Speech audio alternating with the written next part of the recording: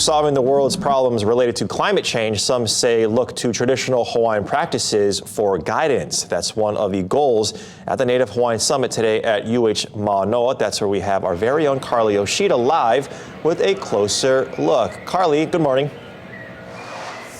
Thank you so much, Reed. Good morning to you as well in the studio. Yes, I'm here live on the UH Manoa campus at the East-West Center.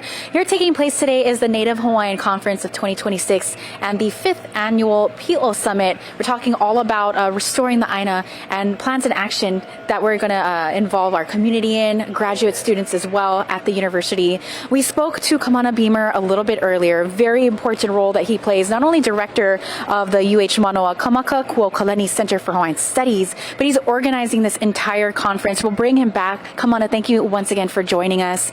I want to talk about, we focused on the goal of this, the overall goal, right, of the conference earlier. But you're bringing together community organizers. We talked to several of them already this morning, even legal experts and stewards of our ʻāina. What are some of the real world problems and solutions that people will hear about today? Sure. You can see more of our schedule at piosummit.com, so piosummit.com. But we have a range of efforts and initiatives. Trust for Public Lands, for instance, has brought together communities and facilitated the community getting back on ʻāina, holding title to ʻāina in a multitude of ways, sometimes through foundations, sometimes through public and private grants. And so we're going to be looking at some of those initiatives and learning from those community efforts because we're at such a pivotal, important time. It's difficult to live in Hawaii. It's difficult for local people to survive, and we have to find alternative ways to keep our people here and to hold on to our precious ʻāina together.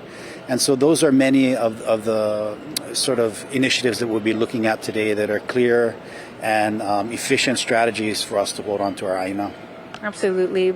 Bringing to light the local or traditional practices, but also the logistics of it all and how it all comes together for community members to understand.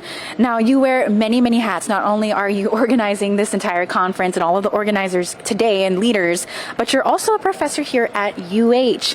So can you tell us a little bit about how the university is helping to prepare our next generations to be a part of these solutions, and especially through the curriculum that's grounded in ancestral Hawaiian knowledge? Sure, yes. So I'm the director of Kamaka Kuokalani Center for Hawaiian Studies. We have the School of Hawaiian Knowledge, Hawaii, and all of our professors, all of our efforts are focused on Hawaii and preserving our ancestral systems, traditions, and advancing them for our future. Hawaii is our place, and I'll dare to say we care about it as much, if not more, than anyone else. So we train our students to be leaders for the future of Hawaii, to carve out a space for local people to continue to survive here, to speak the truth to power in situations that, we need the voices of our youth to understand what are the policies that shape the futures for tomorrow, that will keep us here, that will keep our ʻāina safe and cared for, that will carve out new economic spaces that provide for benefits for local people